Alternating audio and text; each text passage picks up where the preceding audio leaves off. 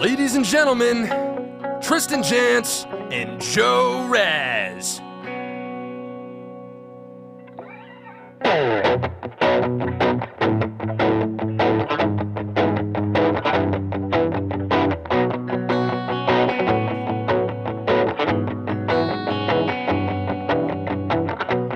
On the highway, going nowhere just because we can. We do this our way, even though we never have a plan. And all we need is the radio and popcorn at our feet, heading fast down south on 93. You're giving me summer vibes, sunny July drives, and the steering wheel is warm, and the windows do just fine. Yeah, you make me feel alive. At the drive-in, sit in front row, can't even see the screen. Catch you smiling. Can't you feel these buzzing stomach beats? And all we need is the radio and popcorn at our feet as the scrapbook fills with memories. You're giving me summer vibes, sunny July drives, when the steering wheel is warm and the windows do just fine. You're giving me summer vibes, like breezy August nights, watching sunsets on the porch, and cosmic fireflies. Yeah, you make me feel alive.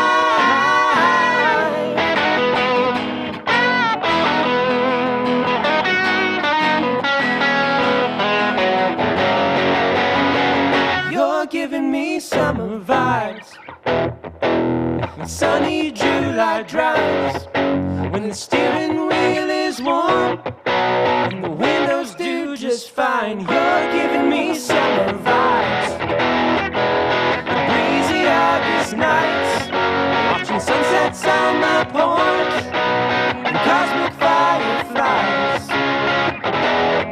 Yeah, you make me feel alive.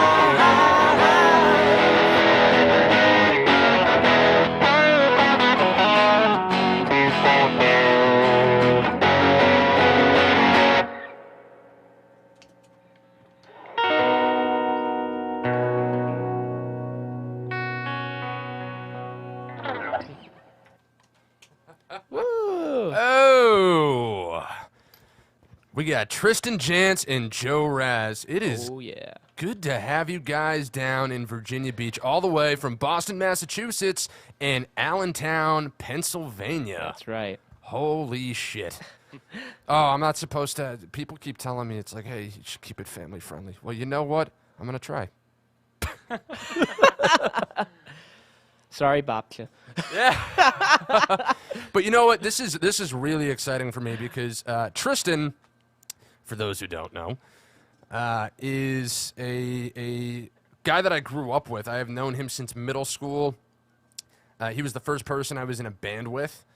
We played in bands throughout high school and then into college. And I met Joe Raz through Tristan when they were both going to Berklee College of Music in Boston.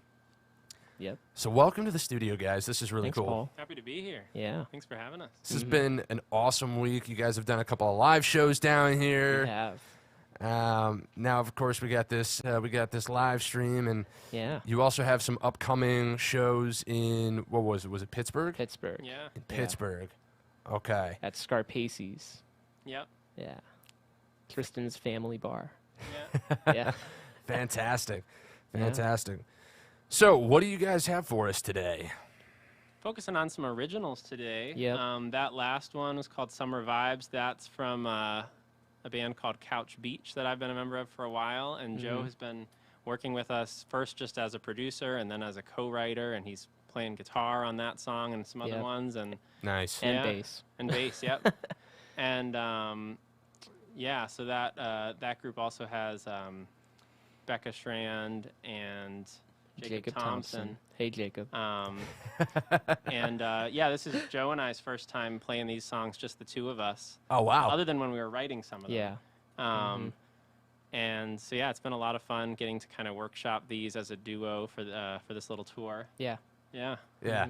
No, you guys have been just fantastic all weekend with the shows that we had at Chicho's, then at the 757 Underground, and now this. I'm really excited to be able to hear it with, you know, a whole new level of depth and clarity and bring it to the masses. Now, real quick, I also want to say thank you to everybody who is tuning in, and for those of you watching in the future, we love you too. Yeah. This is the Lockdown live stream. We do this every Sunday at 6 p.m. with a different artist or band.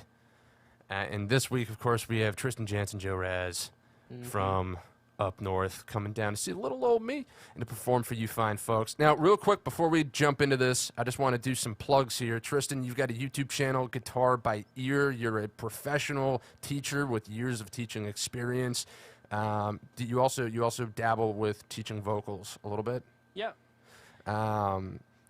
What other social media, email, anything that you want to put out there?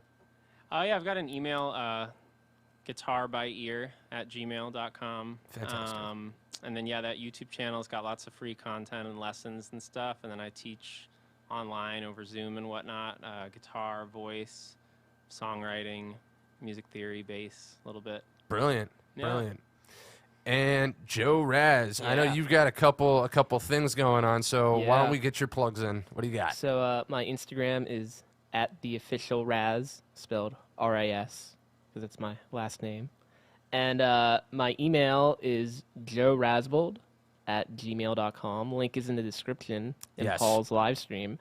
And I have a Bandcamp, JoeRas.bandcamp.com. And it's awesome if you buy my music on there because I make a lot more money on Bandcamp than I do Spotify. But I'm also on Spotify and all the music streaming services under JoeRas. So you can find my music there. And I am also a mix engineer, mastering engineer, recording engineer too. So And he's phenomenal. thank you, Paul. And his stuff that he produced for Couch Beach is also on Spotify, but we have a website too, couchbeach.com. You can buy the Yeah. songs directly on there too, Yeah. and sweatshirts too. We have Yeah. a little bit of merch for sale on the website. Yeah. It's been a little too hot to wear those Yeah. lately, but But if anybody needs mixing or mastering, hit me up. That's right. So- That's it. Yeah. Fantastic. All right, let's jump into a song. sure. I think we're gonna switch it up, go acoustic. So that was a Couch Beach song. This next one is one of Joe's originals on his own, Yep. and yeah. I think this one's safe to say it's probably the first song I ever wrote. Wow. Really? So The How old were you? first song you ever wrote. 16 when I wrote this next one. Oh, we're gonna have to dive into that a little bit. Oh yeah. But yeah, all that good stuff. Beautiful. I still can't believe that you guys came down. You drove down all the way from Massachusetts to come see what the music scene in Virginia Beach is all about. That's pretty Yeah. cool. It's been awesome. Yeah, everybody's super friendly and very supportive of one another. It's pretty cool down here. Yeah. Yeah, no, it's great. And real quick, I just want to give a shout out to Tia Gatling and the Guns, to Ghetto Hound, and of Yeah. course to the Ember Sound, Mm-hmm. and just, you know, Yeah. all the fine folks that help make these shows happen. Big Mike over at the VMP. All right, Yeah, fellas, ready? I think so. Cool. You ready, Tristan? Yeah. Cool. Oh, microphone. Okay.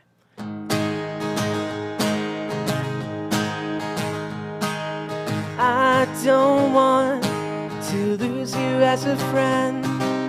I don't want this to be the end. Is it him or I that's in your heart?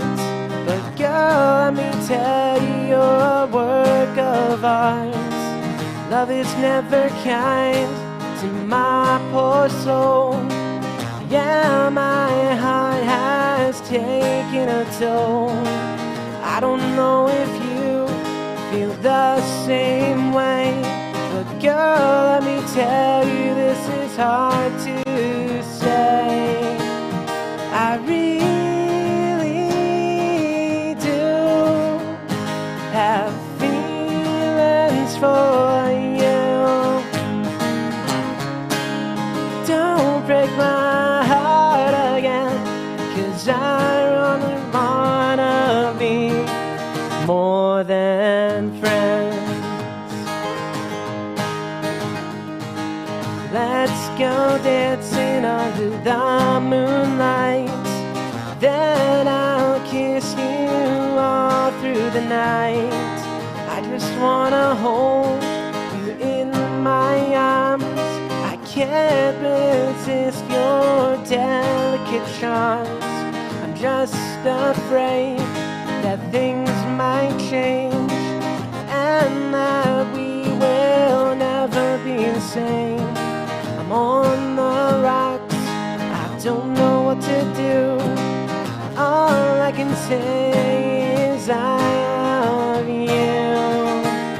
I really do have feelings for you.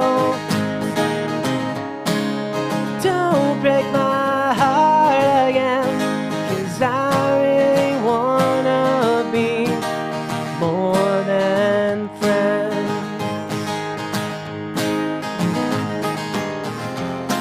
And I don't know if you feel the same way.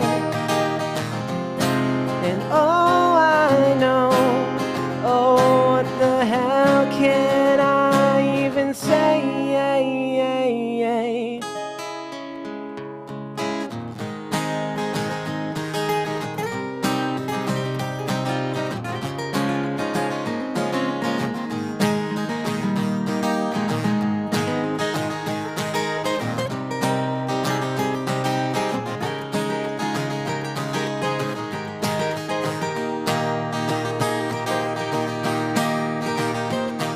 I really do have feelings for you.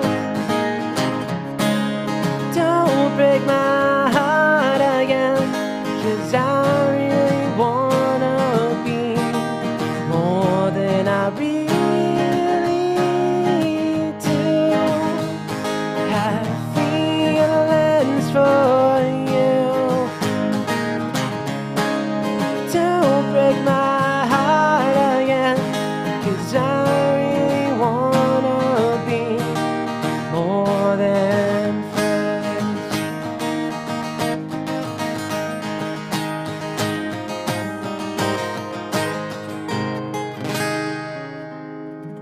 Yeah. Nice job. Good job, Joe. Thanks. I liked your guitar solo. Thank you. Yeah. I liked your not guitar solo. Thanks. Oh, man. So, yeah, I wrote that when I was 16 years old. Who's it about? A girl I had a crush on when I was in high school. You think she's watching? I was going to say I a don't think random so. name, but I was like, I hope I don't accidentally No. say the real name, because I don't remember the real name. I don't think so. No. Oh, that's great. Yeah, basically, it was just like, I was just basically just too chicken to ask her out. But I was afraid that I would, like, lose that great friendship with her Yeah. if I asked her out. So Yep. eventually, I just kind of chickened out and whatever. And then another guy started dating her. And then he cheated on her. And then There I you was go. like, well, yeah.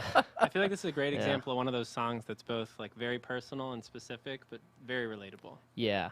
Yeah. It was just like that awkward kind of teenage puppy love crush. Right. things, you know, it's like your first big crush, you know, and just like trying to muster up the courage to Yeah. ask them out or like make a move and just like, I don't know, you know.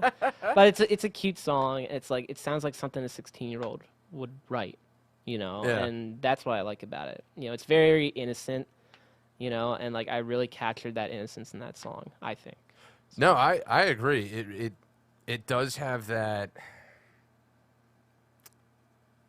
I'm trying to figure out how like the best way to phrase it, but it does have. So it sounds like it was written by a 16-year-old, but it's a lot more polished. Yeah. You There's know, an innocence to it. there is an Yeah. innocence to Yeah. it, but it's not like tacky.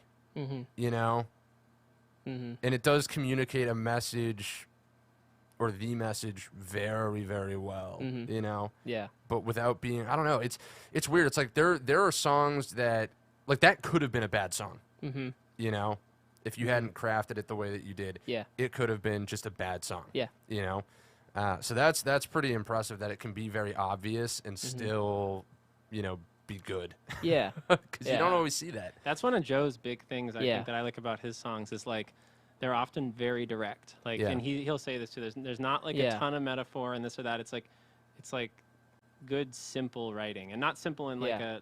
like that it can't be deep, but Mhm. just that it's not trying to be complex Yeah. like lyrically. I feel like a lot of artists like hide behind metaphors a lot because they're afraid to bear that part of their soul. And I'm like, I would rather just be completely vulnerable and honest with how I feel inside. And it's just like, for me, like if I'm not like a little bit nervous Yeah. to like release a song, like maybe I didn't do it right. You know, if I'm a little bit nervous, I know like, okay, I wrote it right. You know? Interesting. I like that. Yeah. So being vulnerable and open and honest and yeah. Well, we might as well. Actually, you know what? Because I want to dive into this. I want to dive into your songwriting process, your Yeah. songwriting process, and then your collaborations. Mhm. Yeah. Yeah. But first, Yeah. you guys got another song you want to do? Sure. Ooh. One of yours, Tristan. Uh-oh. So we did one of yours, then one of mine. Now, there's a good Which one of segue. mine? Yeah. Or we can do the other one. Do We the can fun new one. Oh, okay. On acoustic, maybe? Yeah. What key is that one in again? You This is Berkeley always the musicians and your keys. Yeah. Oh, yeah. That's a really good question. I feel like it's in a weird one. Knowing you, it probably isn't a weird one. I feel like it's in B. Oh, I think I remember what I was doing. Yeah, I was down here playing bigger chords, I think. That seems a little high, actually. Fellas ready? Well, let's see. We have it written down somewhere of what we were doing. B flat. B flat. I think that's a little Oh, high. B flat. B flat. And for the folks of you, the folks at home who don't understand, don't worry. Neither does anybody else. Or B round, you know. You like that one, Paul? I haven't heard that one. Cool. We were doing this one both on electric last time. This is kind of fun. Yeah.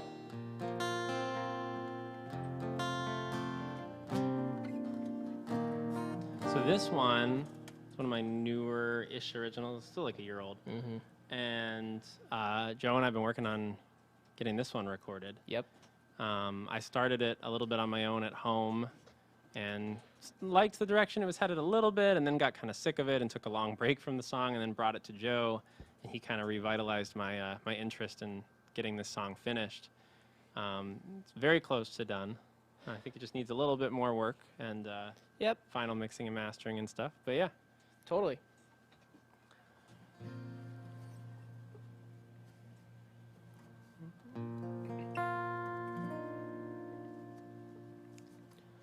I'm at the scene of the crime, place where you and I stole looks, committed 3-year smiles, felt fresh as a first date, deeper than a slice of wedding cake. You looked fondantly on my dad puns, crowded beach town streets and thrifty tourist tribes. You couldn't keep us out, racing you to the back to steal a kiss in each store and offer to buy you anything. With my arm around you, swore you had everything. Now these streets seem a shoulder width wider than before. The grip of a camera is just not quite as warm.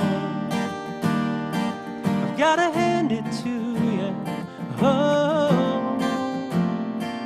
gotta hand it to left a print on me. They say memories get corrupted each time. I wanna keep this pure. Unopened wine tastes better with time. I'm at the scene of the crime, place where you and I stole looks, committed 3-year smiles. We felt fresh as a first date, deeper than a slice of wedding cake. You looked fondly on my dad puns. Now these streets seem a shoulder width wider than before. The grip of a camera is just not quite as warm as your hand. These streets seem a shoulder width wider than before. The grip of a camera is just not quite as warm. I've gotta hand it to you. Oh, I've gotta hand it to you. Oh, oh, oh, I've gotta hand it to you. Ooh, oh, oh, I've gotta hand it to you. Oh, you left a print on me.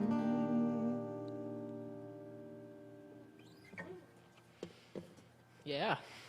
Yeah, it's the first time doing that all acoustic. Yeah. It's fun. The full version has like, you know, drums and bass and layers and stuff. Doubled vocals. Jacob Thompson, who's drummer in Couch Beach, is also drumming on that one. Yeah. Yeah. Nice. All right, so let's dive into your songwriting process a little bit. So Tristan, I'm going to start with you, and then Joe, I'm going to bring it over to you, and then I Okay. want to talk about how you guys collaborate. So Tristan, how do you write a song? Because everybody that comes in here, some of them have a similar process. A number of the musicians that come through here all have a different process. I know the guys from the Ember Sound. It starts with Jake waking up on the couch and then sending his brother to go kidnap the bass player. And no, like, it's a true story. I mean, when he gets inspiration, he's like, we got to get everyone together now. Exactly. That's awesome. That's Yeah. cool. That's really cool. Very cool. And then, of course, you know, because he'll like wake up with a dream of like, oh, I got this song. Yeah. You know, and then other people, of course, they might just sit down and be like, you know what, I gotta just sit here with a piece of paper in front of me and a pen and just go until it's done. So like, how does it hit you? How does it happen for you? I think, Joe, I'll let him speak for himself afterwards, but I think we're both on the same page about this one part of it, which is we both prefer to write songs when we're inspired, like when Yeah. we have a reason to. I know people who force themselves to write a song every day, Right. and they get through the bad ones and they get to the good ones, and I think that does help them with the, you know, the skills of just, you know, how to put together a song. Yeah. But for me, I like to just write when I feel inspired. And sometimes it happens, like there are certain years where I turn out a bunch of songs, and there's other years where I turn out like just a few. Yeah. And so, you know, I just, as they come, and I don't force it. I don't like to like sit down with people and plan it like we're going to write a song right now. Although it can work, I think, if it's like, oh, let's take something that's one of our unfinished song ideas and see if we can flesh it out. And if the mood is right and we're in the right mindset and stuff, sometimes then you can take, I call them I didn't invent this, song seeds. So like a lot of times I'll come up with like, you know, just one lyric will pop into my head when I'm, you know, driving or something, or I'll come up with one little riff on the guitar when I'm warming up or in between teaching lessons or something, and I'll just record a quick voice memo of it or something so I don't forget it. Gotcha. And then I dive into it later. Most of my favorite songs I've written, though, came out in one sitting. It's just felt inspired, sat down, whole song came Yeah. right out. Yeah, my best songs were all written in like 15 minutes. Like that, the Yeah. More Than Friends, the one I played earlier, that was written in like 15 minutes. You know, so it's just like, and like, yeah, like what you just said, like I prefer to be very inspired when I write a song too. Just like I could wake up every day, play 4 chords on a guitar. We're here at Paul's in Virginia, and like write a song that way every day. But like, you Can know, we play that a little bit? Yeah. Hold on. Let me. Hold on. I gotta unmute the Oh, okay. the instruments. oh, okay. So like, we're here at Paul's in Virginia. Paul. Yes. It's a jam session now, folks. Yeah. Write in lyrics and we'll sing them. No, I'm just So like I could. let's write a song together with the audience. So like my point is that like I could just pick up a guitar every day and like put 4 chords down and call Right. it a song. But is my heart really going to be in it? Am I really going to be honest and vulnerable every time I do that? No. Mhm. You know, and that's fine if people write that way. I mean, some people have to write that way because it's their job. Right. And that could be a way to warm up. Yeah. And sometimes you might suddenly like get Yeah. like hit on something. Yeah, and like, I mean, when I sit down to write, like, if I go in thinking I'm gonna write a song, I never write a song. I just pick up my guitar and I start playing. Yeah. And like, I almost get to a state where I'm functioning on autopilot Yeah. almost, and I'm almost just like subconsciously writing it and just like singing whatever lyrics come to mind. Right. And usually what happens is like that's revealing some type of like truth about myself inside that I have to deal with. You know? Yeah, this is interesting that you bring this up because this is a reoccurring theme that a lot of musicians talk to me about. And just in the last couple of weeks, the last live streams I've been doing, in particular the people that Yeah. I've had on, have brought that up where they enter this flow state and Yeah. it starts to feel like the song is writing it's like it's coming from Yeah. somewhere. Yeah, You know, almost. exactly. I think the way my buddy Jared Farrell put it was, it's like your higher self. Some people like to say that's You being know. in the zone.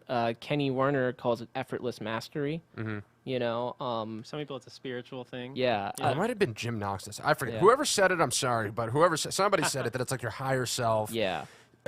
like sending a message to your now version of you, right? Yeah. You know? There's this really great interview from the artist Mitski, and she says like whenever somebody asks her like how does she write a song, her response every single time is like I don't remember. Yeah. Because like she like blacks out when she Whoa. writes a song and she literally can't remember writing a song. That's happened to me a couple times. Yeah. You know, and it's like you're fully on autopilot, you're fully in your subconscious, and like all those emotions and vulnerabilities are flowing right out of you. You know, and it's always like scary when you do that because, you know, I mean, you don't really want to just reveal yourself like that to the world, but like at the same time, everybody else is scared, and like that's why people get inspired by some of these songs because they need to hear those messages, you know? Oh, absolutely. I mean, that's ultimately what music is for, right? Is just how do you share a moment? How do you connect with somebody in 3 minutes and 25 seconds? Yeah. You know? And I think part of it's letting it be as unfiltered as possible, especially during the initial writing process. Like just getting out of your own way, letting it flow. You can, if you write a really bad lyric, Yeah. you know, something cheesy, whatever, you can always go back and change it later.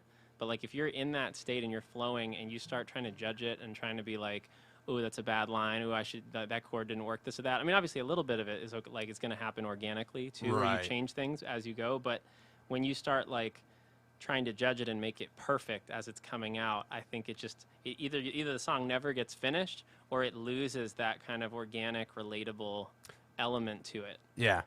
Whereas if you just get it out, you know, later, the other people might have suggestions for you. Jacob, with the one that I played earlier, he suggested one of the chords I threw in there. He was like, oh, this one thing might spice it up. And I was like, oh, yep. And I tested it. I was like, okay. And that was after it was already written.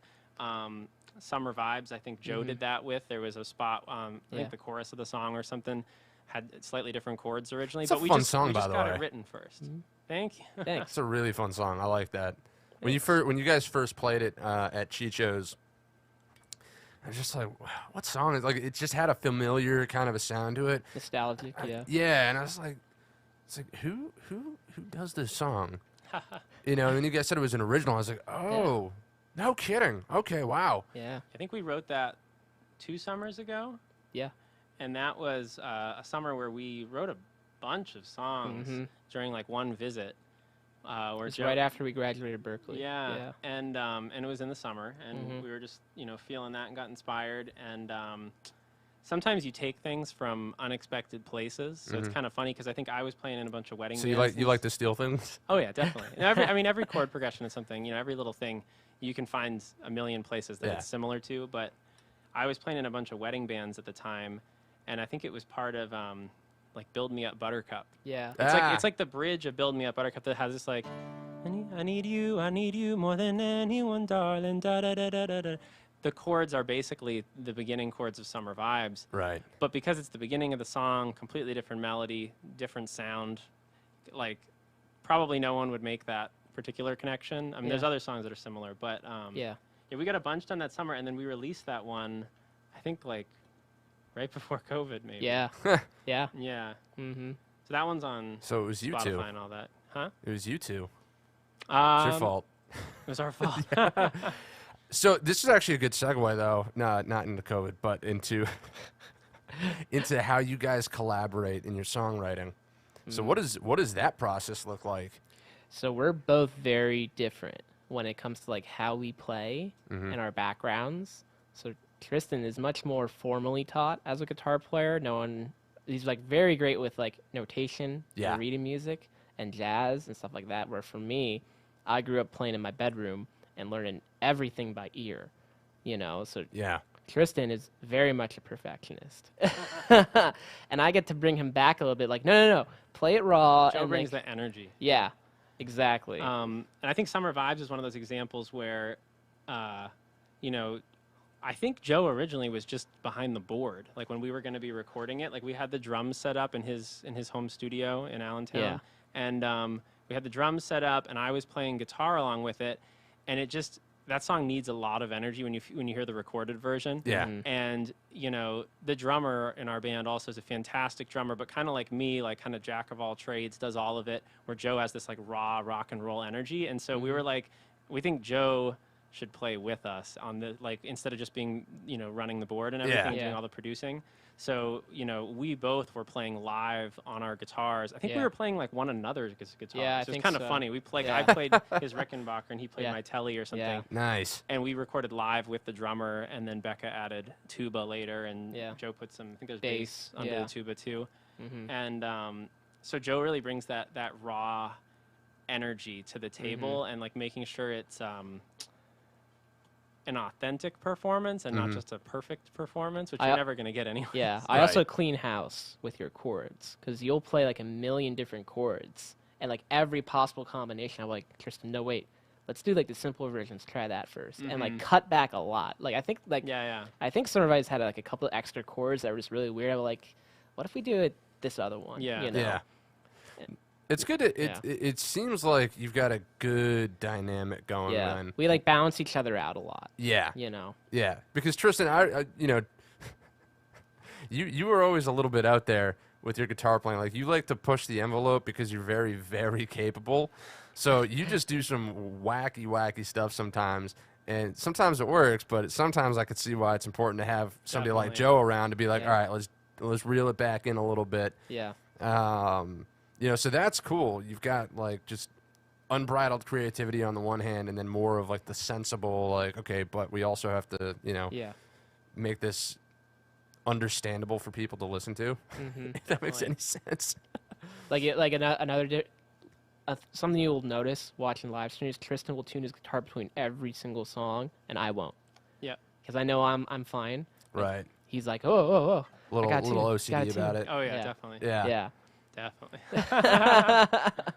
Even in the studio too, it's just like we need to lay down another take, and he's like tuning it, and we're like, Tristan, come on, we gotta play. Yeah. The guitar's fine. Let's go. Definitely. The energy is more important than being perfectly in tune. Mm. Yeah. Yeah. So I whip him into shape a little bit. So when it comes to writing lyrics, Oh. Yeah. what does that look like? So who typically who typically has the idea, or is it just like kind of random? Like sometimes Tristan's like, hey, I've got an idea, and do you start with like, okay, I'm gonna write down a bunch of lyrics first, and then bring it to the other party, and then that person kind of reviews it and edits it, or is it more like, I've got this core concept for a song, let's write some lyrics? I don't think I've helped Joe yet No. with one of his songs. I think he's very much, I mean, I'm sure it'll happen at some point, Yeah. but I think he gets them done. Like Yeah. he usually, by the time he sends me a song of his for feedback or something, it's already a full song. And I mean, usually I don't have really songwriting feedback for him, more maybe just like thoughts about, a mix or something here or there, just to give another set of ears to something or whatever. It's always Yeah. a good idea. Yeah. But, yeah, I think the songs, because I think we're still kind of fresh in our co-writing. Like, because originally the Couch Beach songs were only Jacob had his own songs that he had completely written, and then Becca and I had co-written Sweatshirt and Start Again, and then there's a few songs that Jacob and Becca and I co-wrote, but only like one or two, I think, and then there's a few of these songs that Joe, went above and beyond that role of just producer and engineer and really like wrote an entire verse pretty much, I think, of one of the ones we might play later. Or changed around some chords or a lyric suggestion for Summer Vibes, I think. Yeah, I wrote the line, what was it? Breezy August Nights and Cosmic Fireflies. Yeah, because we were like, we need like a double chorus here, but like we don't want to just repeat the same words. Yeah. Right. And it's just simple and it fits the song perfectly. I'm trying to think how else that happened. I mean, one of the other ones we haven't played yet, so that one we can dive into more because Joe was a part of like the experience that that song is about. Summer Vibes is interesting because I normally write guitar first, and what I mean is like it usually starts with me jamming on my guitar, come up with some chords I like, and I just start singing over it, and just stuff comes out. Gotcha. Summer Vibes, I was like sitting in a parking spot on a perfect weather, like August day or something, or July day or something like that. And I was like stopping to get Dunkin' Donuts in between like lessons, like driving around teaching. And it just hit me. The chorus hit me. Like the chorus came first. Like, you're giving me summer vibes, like sunny July drives. Even though I'm sitting in my car, as I'm thinking of it, like in the one of those where your car's nice and warm but not too hot. Right. And so the chorus line hit me first, and then I think I didn't know what else to do with it for like I don't know how many days or a week or something, and then I think I brought it to the band. I think Becca started writing the first verse. So that was kind of unusual for me that it started with lyrics and that it started with the chorus. And then we were at Becca's house, and we were just looping the verse for Becca, and she would write all these different lyrics out. So we're like her loop pedal, just playing the chords over and over again, and she was just spitting out ideas until something stuck. Yeah. Now, Tristan, when you go to write a song, are you writing it with production in mind at all? Sometimes. I think I'm starting to learn to be a little bit better about that, just from what I've learned working like with Joe in the studio and things like that. Like starting to think ahead a little bit about like what is this song going to be like when it's more fully realized. I think I didn't used to do that. I just wrote it, usually just on an acoustic guitar. Honestly, usually just on an unplugged electric guitar sitting on my bed. Yeah. And just very casual. And the song was the song, and then sometimes I would completely have to rearrange the song to make it work in a band setting, like completely change the chord voicings and all this stuff, change the key sometimes, change the energy. Joe is really good at, like, a lot of times he'll take a song that I think's a sad, slow song, which I've written a lot of those over the years, and he'll show me that sometimes it doesn't have to be a sad, slow song. Yeah. That the same song can have a lot of energy. Yeah. And translate really well still and be a little bit more lively. And so I don't think it's necessarily something at the forefront of my mind the way it might be for someone who's more of a producer like the two of you. But I've started to think of it more like that.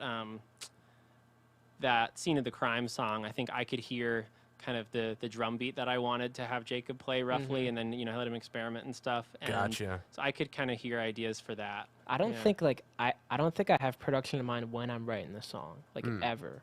Afterwards, when it's done, then I started thinking about that stuff. Interesting. Yeah, but when I write a song, I mean, I'm trying to be completely on autopilot, like totally just in my subconscious, bare in my soul. Right. Yeah. So I'm not thinking about like vocal quadruples or like stacked harmonies or anything or eighth note delays or whatever. I'm thinking of like, how do I bare my heart to the world? Yeah. On this pen and paper and guitar.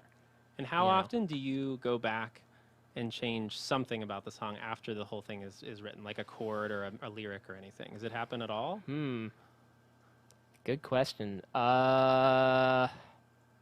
Maybe like a little thing here and there, maybe like a line or maybe like a structure thing. But the chords and the lyrics, I think they mostly stay the same throughout the whole process. Maybe a word changes, you know, In or a structure, line. you mean like you might Like with the form. like add a double chorus or Yeah. Yeah. add a bridge, Yeah. cut a bridge. Mm-hmm. Every song has to have 2 bridges. Has to have a bridge. I'm just kidding. No. All right, let's dive into another one. Should we do Driving to See You? Okay. Fully acoustic. You play electric. Okay. Yeah. All right, folks, and while they're doing this little change over here, I just want to once again thank you all for tuning into the Lockdown live stream. We do this every Sunday at 6 p.m. with a different band or artist, and today we have very special guests, Tristan Jantz and Joe Raz, who drove all the way down from Boston, Massachusetts, and Allentown, Pennsylvania, Allentown. to come hang out in Virginia Beach to do a couple shows and to come on to this this show. And I come from the land of Wawa, Water Ice, and Scrapple. And hoagies. beautiful, absolutely beautiful. We don't call them fireflies. We call them lightning bugs. That's right, lightning. That's yeah. Yep. Yeah. Oh, man. Yeah. So anyhow, thank you for tuning in, and if you're watching after the fact, also thank you.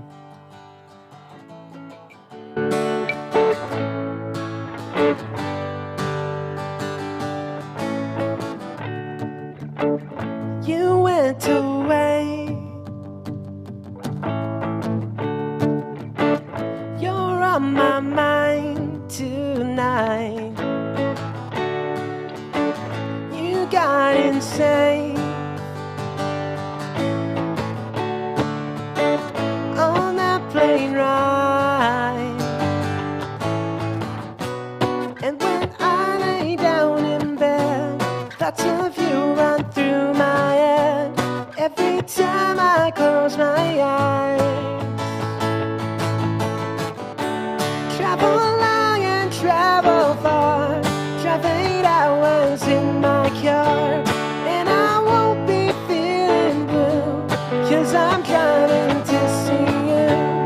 Even though this road is long, I'll be there to sing this song, and I won't be feeling blue, 'cause I'm driving to see you.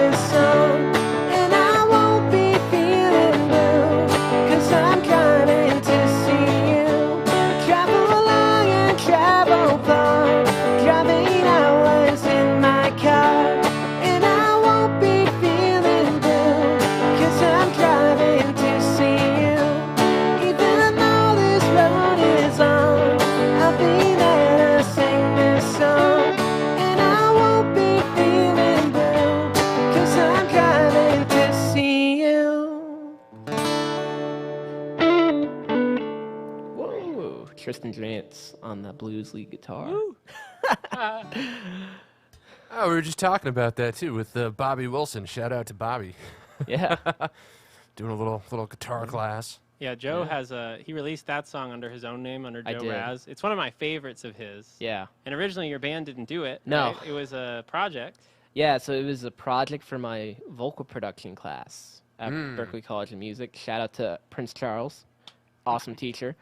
And that whole thing was supposed to be like a pop song. So like I like copy pasted different parts across the grid in Pro Tools and stuff. Yeah. You know, total like pop production. Right. And I was just like, I never thought anything. I was like, oh, okay, you know, whatever. It's a fun song I wrote. Yeah. You know, I still bared my soul to it because that's the only way I know how to write. Right. You know, but like I just kind of put it on the back burner for a while, and I just kind of decided to release it in secret for a little bit. Because pop is pretty different from the other music. you Yeah, release with your yeah. band. I'm very much like a rock artist. Like, Gotcha. you know, like in the vein of like power pop and stuff, I guess. But yeah, it's a different side of me musically that I explored, and it was a lot of fun. And he's always encouraged me to play it I've more. gotten that song Yeah. stuck in my head so many times. The original, normally Joe plays the guitar solo on that one because Yeah. Joe writes. I mean, he improvises really well too, but he writes really great solos on recordings. Long you. Gone has a great solo. We haven't done that one yet. Yeah, which we will play. Yeah, has a Yeah. great solo on the recording, and that one has a really cool solo that normally Joe plays. Yeah. But because I'm on electric, I guess I made up Yeah. a different solo instead. That's this cool. time. That's But cool. yeah. Yeah, but yeah, I mean it's a cool song. So my mom loves that one. Hi, Yeah. mom. Shout No, out to my mom. That's an awesome song. All right, real quick, I just want to, because we've talked a little bit about Berklee and we've mentioned Yeah. that, and you know, talked about that you guys are from up north. So let's dive into some background Yeah. just real quick. So I started with Tristan last time, so Joe, let's start with you. Okay. So where are you from? How did you end up down here in Virginia Beach doing this? Yeah. So my name is Joe Raz. I am from Allentown. Wait, are we going all the way back, Razzle. family history and everything? Oh, all the, we I'm just kidding. I'm could. just kidding. How did you get here? Let's start with I mean- Julius Caesar. Yeah. Julius Caesar is my 67th grade uncle. Fun fact. Well, But yeah, my Hell We're family, gonna be Caesar. here for a while. my family name goes back to 1100 AD into Baden, Germany. We were Knights Templars in the Crusades and stuff. Yeah, and then we were Freemasons all the way up until my great-great-grandfather Charles Joseph Rasbold. I can keep going. I have a lot. All of right, let's skip a so couple let's- centuries. Anyway, okay. I was born, and technically I was born in Bethlehem, Pennsylvania, but I'm from Allentown. And when did you first pick up a guitar? I first picked up a guitar when I was on Christmas Day when I was, I think, 11. Okay. My parents bought me like a Squire Strat, like pack with the amp and the guitar and stuff, Candy Apple Red. Mhm. And I learned a couple chords and stuff like that, but I didn't really start playing seriously until I was 13. But my parents, I really have to give a lot of credit to my parents because they're the ones who really got me into music, and they're huge music fans. And like, they would be listening to all this different kinds of music around the house as I was growing up. Yeah. And like, even as a kid, my dad would be like, Joe, who's this? And he'd play a song on like the radio, and just like I'd have to know who it was. I'm like, oh yeah, this is Electric Light Orchestra. This is Paul McCartney. Yeah. Wow. And so like when you think about it, I've been like practicing listening since I've been like as long as I can remember. Actually, Yeah. my first memory of life is when I was like 3 years old, and I'm in the backseat of my dad's car, and he's got Electric Light Orchestra's Greatest Hits tape, and we're going to like a playground or something. That's my first memory of life ever. So it's musical. Yeah. Joe's knowledge of music, like just as a music fan, Yeah. like Yeah. separate from his knowledge as a guitarist, musician, engineer, all that, producer, his knowledge of just like music, Mhm. like from I don't know, especially 20th, 21st century, Yeah. right? Music is just ridiculous. Like I don't think I've met anyone else who knows as much music as far as like the stuff he's listened to, can recognize, can tell you about the band members, tell you about the history behind. It's pretty Wow. amazing. And I think it's one of his huge strengths as a producer and songwriter is that he pulls from all of this music that he's really absorbed. Yeah. Interesting. Yeah. Yeah, I very much believe that listening to music is like practicing an instrument. And like whenever I'm listening, I'm practicing. with my ears, not with an instrument. Right. You know. Yeah, getting back to my story too. That's a cool tangent, by the way, and I love that we got into that. But I remember watching a DVD of the band Styx with the Contemporary Youth Orchestra in Cleveland, Ohio, at my Uncle Gary and Aunt Judy's house. Yeah. Shout out to Uncle Gary and Aunt Judy. And I remember sitting on the couch and thinking, like, this is what I got to do. Yeah. Just watching Tommy Shaw play and everything. And, like, after that, we soon got my guitar, and then I saw them in concert. Saw Shaw Blades in concert, Tommy Shaw and Jack Blades from Night Ranger. And what they were doing was what we're doing right now, just two guys in acoustic guitars just playing, you know. So it's funny how that has all come full circle and stuff. And I would just play and practice in my bedroom for years because I couldn't really meet anyone else to play with because the music scene in my hometown is, like, really small. Yeah. You know, but got guitar lessons from a couple different guitar teachers at home, practiced a lot, and eventually auditioned for Berklee because I'm like, well, this is what I got to do. Right. You know, and got in, and I soon met Tristan there within the first week or so. So that's how you got roped into this. Yeah. Yeah, well, back then, Tristan and Becca were dating, and Becca was living on the 7th floor, so Tristan was around all the time. And I'd be like, hey, what's up, man? He's like, hey. And we were both guitar players, and he's like, oh, we should jam sometime, like every Berklee kid does. Yeah. And so we're like, yeah, sure. And, like, from that moment on, every single semester we would get together and practice for our final proficiencies on guitar together, which we got in trouble for a couple times because we were practicing in where we shouldn't be, in a stairwell at Yeah, all the Berklee. practice rooms were used up. Yeah. It's also such a small world because Joe and Joe and I each had a friend from our high school who ended up going to college with us and Yeah. living on, like, the same floor. Shout out to Wayne Way. I love you, Wayne. And George Pirelli. Yeah. Just on your George. floor, right? Yeah. Yeah. Or he was on the 8th floor. He's Yeah. on the 8th floor. Yeah. Okay. They Yeah. shared, like, a lobby. Yeah. Right? Gotcha. Yeah. 7th and 8th. Yeah. Yeah. Shout out to Wayne and George. That's Yeah. cool. So, Yeah. all right, so Tristan, give us a little background. Where you from? I think I was What do you actually do? born. I was born in Pittsburgh, technically. My dad's from Pittsburgh. Pennsylvania blood, baby. Yep. And my dad's dad, my grandfather, is a guitar player. Has been a guitar player since he was. I want to say, I'm probably totally wrong. So I want to say like maybe 13 or something like that. But he was in bands for years and stuff. Not his main job. Like he had other line of work and such. Right. And was in the Navy and all this stuff. No kidding. Yeah. We're actually going to see him Yeah. in Pittsburgh with my grandmother. Yeah. But yeah, so he always taught on the side, and eventually when he retired from his main job, he was teaching full time up to like 60 students. Wow. Very actually similar taste in music to Joe. A lot of classic rock and blues and different things. Beatles. Beatles is a big influence. So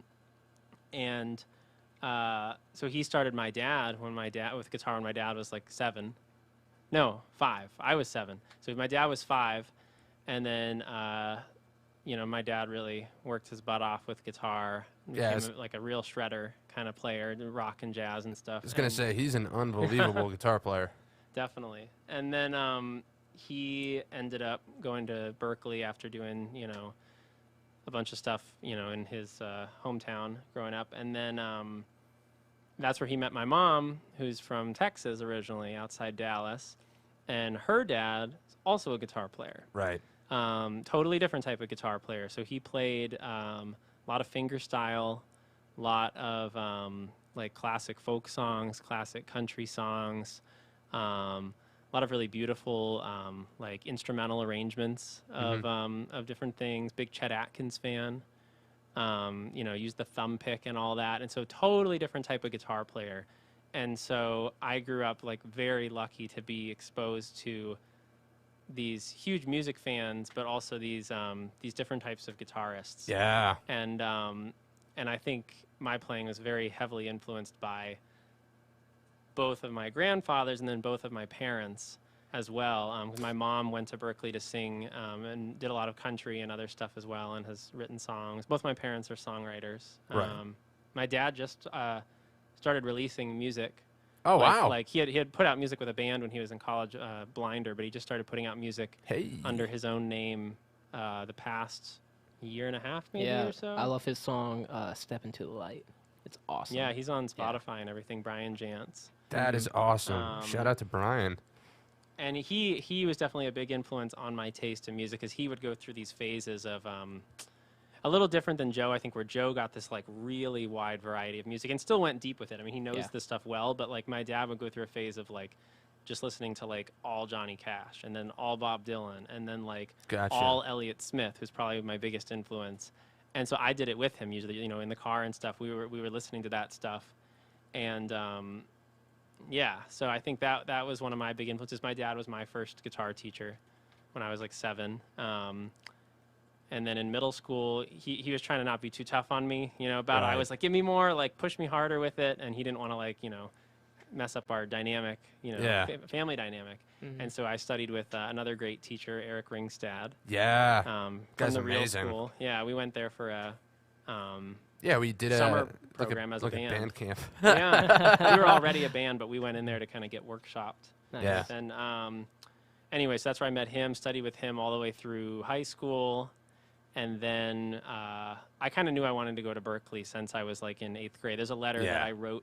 Our 8th grade English teacher had us write letters to ourselves that she would mail to us when we graduated high school. And mine was like, nothing changed. I was just like, yeah, I want to go. I'm probably going to go to Berkeley. Like, I want to go to Wait. Berkeley, and like I want to do this and that. I know I want to do Hold music. up. That is a crazy commitment for an 8th grade teacher to make.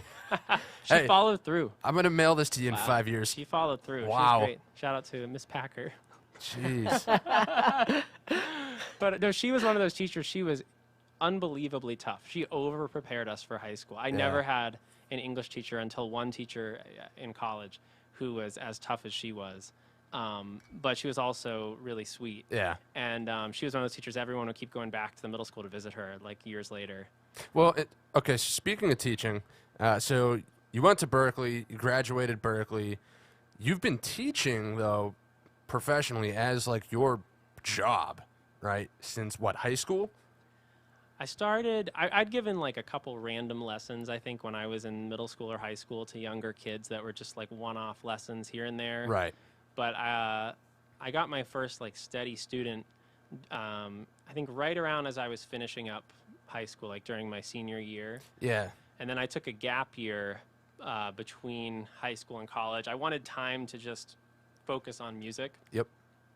And with with the high school homework load and all that and sports and all that, it's just like didn't have the time I wanted to focus on it. Yeah. And that's when I started teaching, just like one student, 2 students, just mostly just word of mouth stuff. And then once I had enough students to be able to just focus on that, I quit my other, part-time jobs and all that, full-time job during the gap year to just focus on that, because I realized that like this is my. At first, it was just something to try to make money, because it's like this when we've been playing guitar for a long time, or any skill, any trade, Yeah. even if you don't have a degree in it, like you've put a lot of years and time into that craft, and you have something unique you can share with people. And so I realized like, oh, I'm much more qualified to be teaching lessons even as a senior in high school than I am to be working at a movie theater or something, because it's like I don't really have any experience doing that before, but Yeah. I've been doing this since I was 7.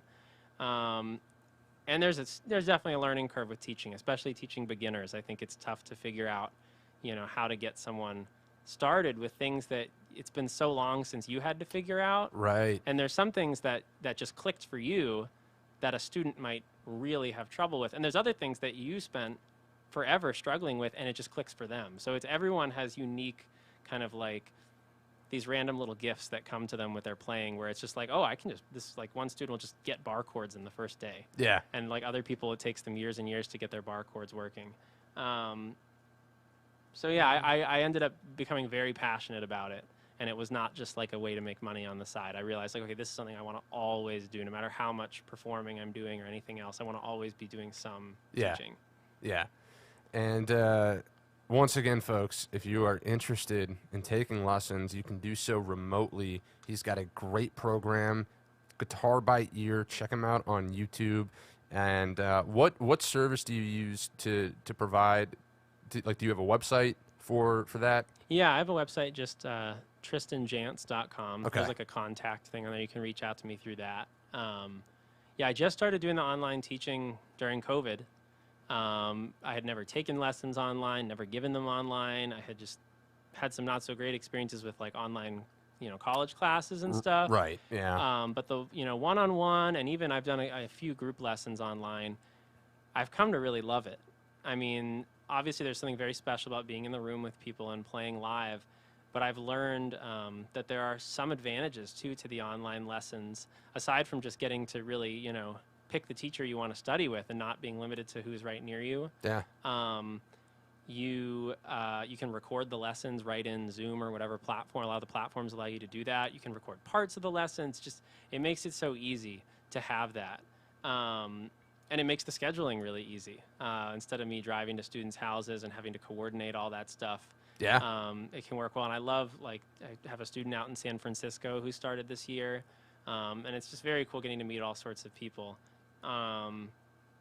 Yeah, it's also easy because I can just, you can just pull up a recording or something, screen share. There's all kinds of great tools with online teaching. Yeah. Yeah. Yeah. No, and that's one of the, that's one of the good takeaways, I think, from the whole situation we found ourselves in with COVID and all of that, is that it really did force us to adapt in ways that I think are going to be, beneficial to everybody. Like, your reach has expanded exponentially, well, potentially, right?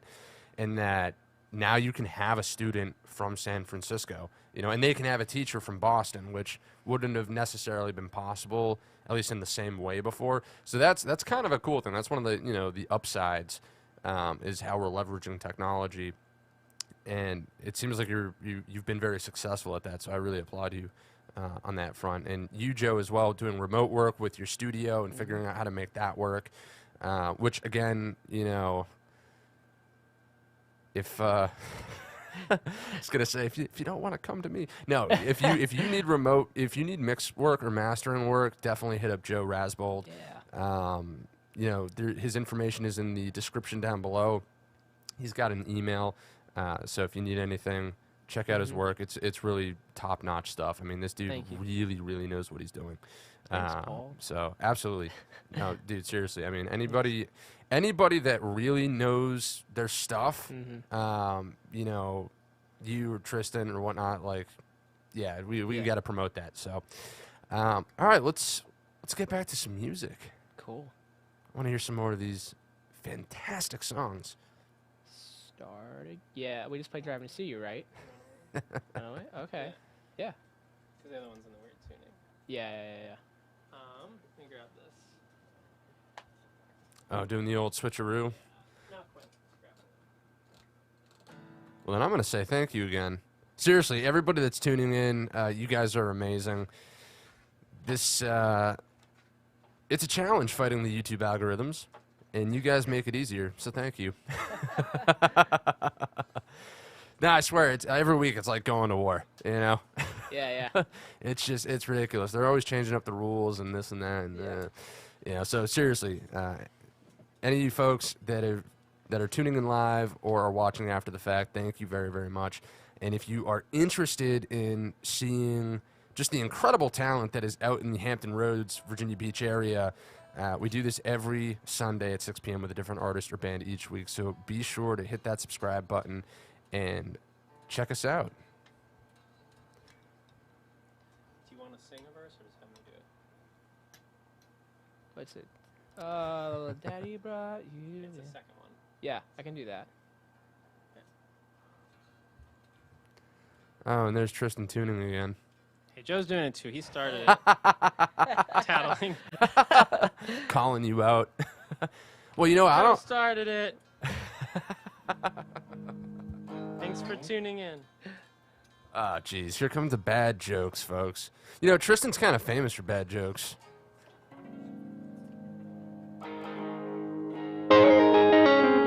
Story before or after the song? I feel like this one, it comes before. We can do it before. I feel like this one, it does come before. So, who went to the store first? Jacob did, I think. No. Jacob went afterwards. It was me and you. Oh yeah, that's right. Oh, it was you, me, and Becca. We went to that cool little coffee shop. Don't say where it is. Okay, We won't say okay. what town it's in. I won't say the town. In a town in Massachusetts. We went to a cool coffee shop and went to a music store that I think Becca gave us a little bit of warning about that it might not be the best experience. Yeah, she was like, I hate being in there. The guy's really mean and stuff. It's and stressful being in there. Yeah. It's just like there was like guitars everywhere. But I was just like, let's just go in. Let's just check it out. Like, what's the big deal? Well, little did we know just that the owner is not a nice person at all. He's very, very cold and angry and mean. I touched a key on a keyboard and he yelled at me. And we're used to some really great experiences at some really great music stores, like the Music Emporium in Lexington, Massachusetts. Very lucky to live very close to there. That's where I got this guitar and my Martin that I was playing. Joe was with me when I found that Martin. I picked it out. Yep. And so, those guys, they let you, play anything in the store. They're very, helpful and respectful, and they're very knowledgeable. And there are other stores where, it takes a lot of insurance to let people touch anything in the store, but this guy was very rude about it, and we heard him kind of ripping some people off, being like, oh yeah, I'll tune your guitar for $20. Like, just tune it. Wow. Yeah. Not restring it, just I'll tune it. Yeah. And so weird experience. And By the way, if anybody needs their guitar tuned, I'll do it for $19. that's about for 18. I'll spend 18 minutes tuning it very precisely. Yes. And then I'll tune it again 2 minutes later. I'll tune it in between every song you play. But yeah, so we left the store, and it just left us wondering, like, why would someone go into such a challenging line of work as like owning a music store if they're not passionate about it and they don't enjoy it? Yeah. And we're like, at some point along the line, he must have been passionate about it and in love with music and really enjoyed it. And somewhere along the way, he must have gotten kind of jaded from some bad experiences or something. And so we decided to just make up a backstory for this anonymous guitar store owner. And it started as a joke. I think we were sitting around the table completely as a joke. I just started, like, Yeah, and then you went doing a psychoanalysis. Guitar store man. and I was laughing, like, but Joe wait, was like, wait, that's this is good. Keep going. Yeah. And then I think I wrote the first verse, Joe wrote the second verse, and I'll have him sing it. Yeah. And we have recorded this song. We have not released it yet. It still needs some finishing touches. And then I think Becca's dad helped with one part of it. There was like a lyric that he helped with. He's a psychiatrist. Dr. Dr. Schrand. And he has a radio show as well, actually, on Facebook, Dr. Joe Show. But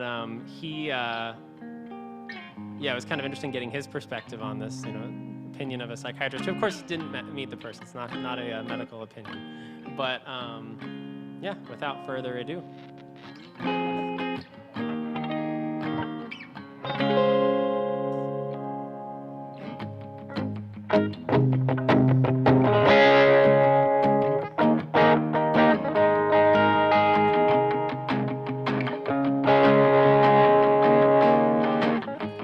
Grumpy guitar store man,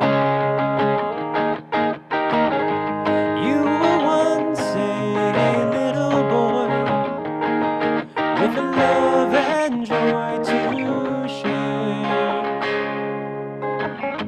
Daddy brought you in. That's the one candy apple red. And the store clerk came to say, plug it in and play. Where has he gone to run away?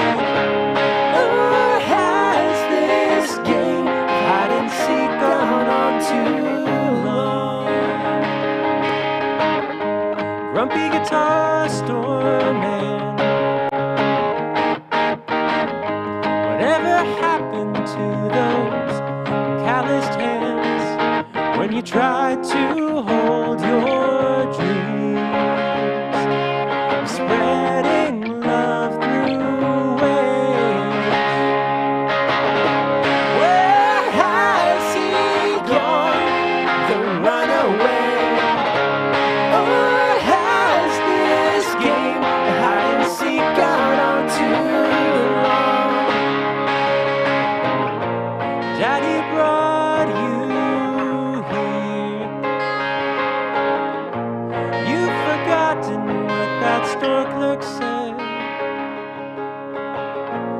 and all you see is candy apple red when anyone comes near.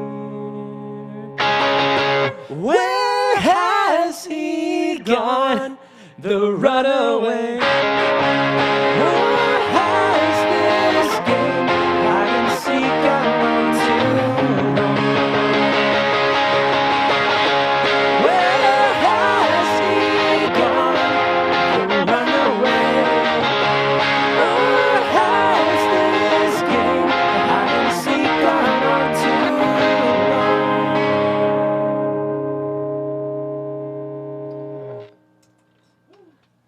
I had a funky little note right there. No, you're doing a great job. Oh, thanks, man. Joe had never sang harmonies on a couple of these songs. Wow. Yeah. Yeah, Joe's a great singer, and he sings on all his solo stuff. But Yeah, and you know, yeah. let's mention this. So initially, this tour, we had another artist lined up, and there was a let's say there was Family yeah, there was a emergency, family yeah. emergency, and so unfortunately she couldn't be here. And Joe, with just 3 days' notice, jumped in to make it all happen, Yep. and had to get 2 hours of music prepared with Tristan for the shows that they had lined up, and to make this work. So Yep. and it's been a lot of fun. Yeah. I'm so thankful to Joe that he was able and willing and excited to do this. yeah. And obviously we're both very familiar with one another's songs, the ones that we wrote separately, even though we hadn't necessarily played them with each other before, some of those ones. Yeah. And then we're doing all originals here, but I mean, some of these other gigs and stuff, we got to put together a lot of covers, and you know, each learn some of one another's favorite cover songs, and work on some really fun harmonies. Joe picked some really great songs. He's great at picking the upbeat songs. Because I listen to, not recently, but I used to listen to a lot of slow, sad songs that just don't necessarily translate well in certain concert contexts. Yeah. Yeah. And we workshopped everything at my 93-year-old grandmother's basement house, her house in the basement. Shout out to Babcha. She's either watching right now or going to be watching later. We love you, Babcha. She's amazing. She's 93 years old and still driving and is in wonderful health. And she lets me put up a studio in her basement and cause a bunch of noise. She just takes her hearing aids out when I do so. Yeah, what's family for? You know? Exactly. Yeah, but she has facilitated a lot of the music making we make together by letting us stay there and record there. And we've recorded a bunch of Couch Beach songs there. And she's let Tristan, Jacob, and Becca stay all there She together. insists on cooking wonderful food for us Yeah. and just spoiling us. the Oh whole no! time. Yeah, she doesn't- Not wonderful food. Yeah. She makes amazing pierogies. Oh, Yeah. man. And, like, she won't let you clean up your dishes or anything. Never. Climbs on top of the table to change light bulbs. Yeah, that I'm like, Babcha, get down off the chair, please. I'll do it. Yeah. But, yeah, shout out to Babcha. She's awesome. Yeah. Yeah. That's awesome. All right, fellas. How do you feel about doing one more for us? One more. Do yours. Long gone? Yeah.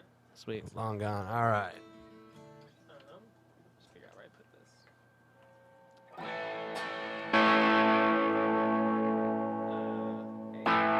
Yep.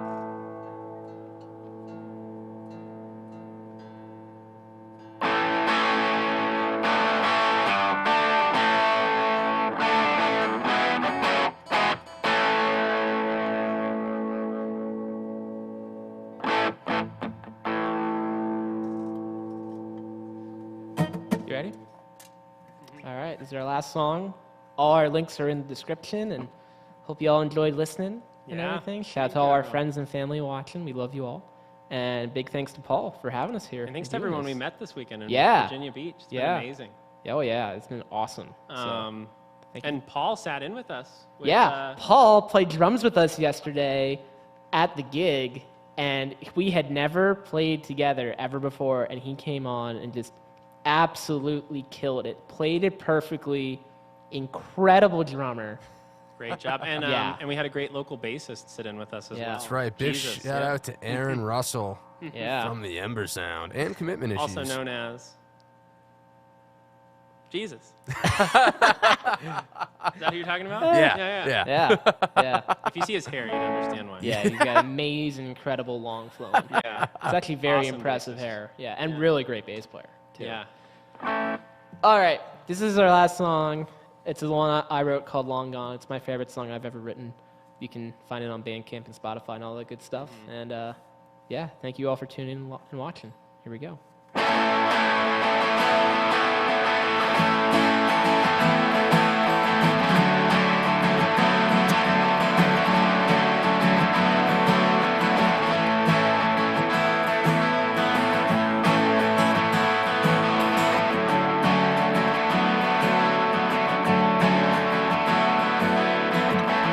Passion runs through your lips, down your hair into your hips.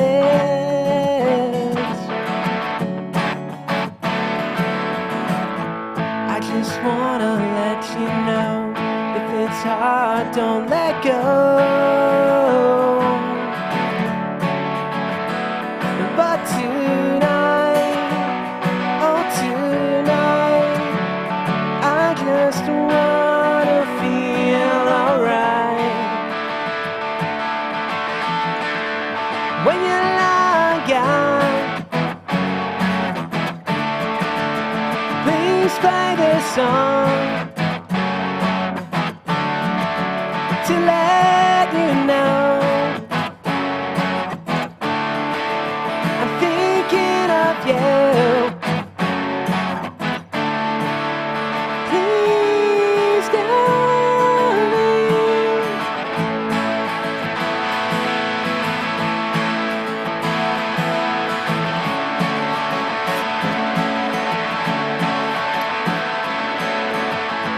Paper mache and clumsy hearts, how I hate being apart.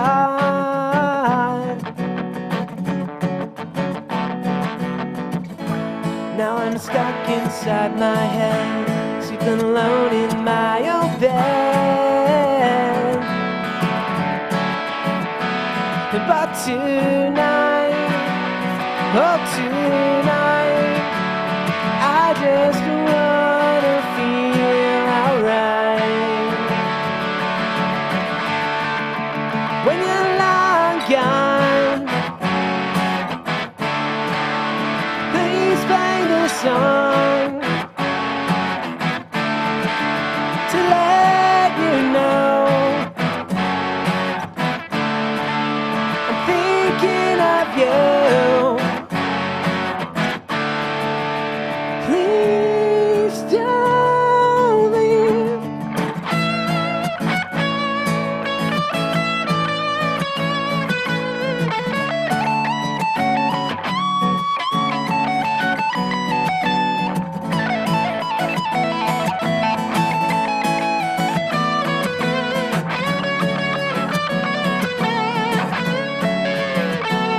But tonight, oh tonight, I just wanna feel alright. When you're long gone, please play this song to let you know I'm thinking of you.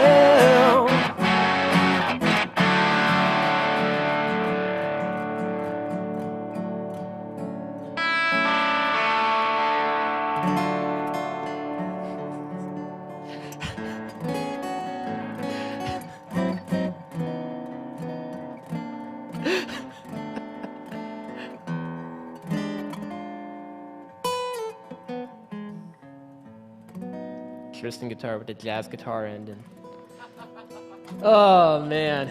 Wow. That was a turn. That was a turn. Turn for the worst. Oh, man. Tristan Jantz, JoeRasbold, this has been awesome. Thank you both so much for making the trip all the way down here and performing for the people of Virginia Beach and just getting to see what we're doing out here, what the music scene is doing out here, and what it's all about. I'm really glad that you guys got to come down here and experience it, and I'm really glad that the people here got to experience you guys. And for the folks at home, thank you as well for tuning into the live stream and getting a little taste of what these guys have going on. They're two absolutely brilliant musicians, songwriters, teachers, engineers, producers. Again, they have links in the description down below to their various social media and sites. Tristan Jantz has Guitar by Ear and TristanJantz.com. JoeRasbold. Mm-hmm. Joe Raz. Yeah, that's right. You can't call him just Joe. I know. Yeah. Joe Raz. It's Joe Raz. Yeah. He's got his information down below as well, and its email is JoeRasbold@gmail.com. My last name spelled RASBOLD. beautiful. And so hit me up for mixing and mastering. Absolutely. And maybe even some production too. Who knows? Oh. Yeah. Hey, getting fancy. Yeah. All right. Well, thank you both again, Tristan Jantz, Joe Rasbold. Thank you, Paul. Thanks for having us, Paul. Yeah. We've Paul's had a letting, great time down here. yeah, and Paul's letting us stay here. And we all had a slumber party in here the one night. we were all on the floor, just like chilling, sleeping bags, Just like the good old Just days. like old Oh times. yeah, whole slumber party. We told ghost stories all night. Yeah, it was. No video games this time. Yeah. Well, Yeah. Hey, it the night's still happens. young. You're never too old. We Yeah. got some time. Yeah.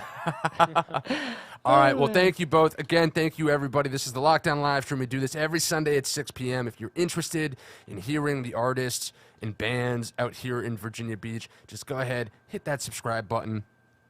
It really helps us with these algorithms because they really hate us. Smash that like And, button. oh, And ooh, ring the bell for some notifications. I like this. Oh, yeah, You're get that- hired. That YouTuber lingo. Tag a friend. That's it. All right, folks. We will see you next Sunday. Good night.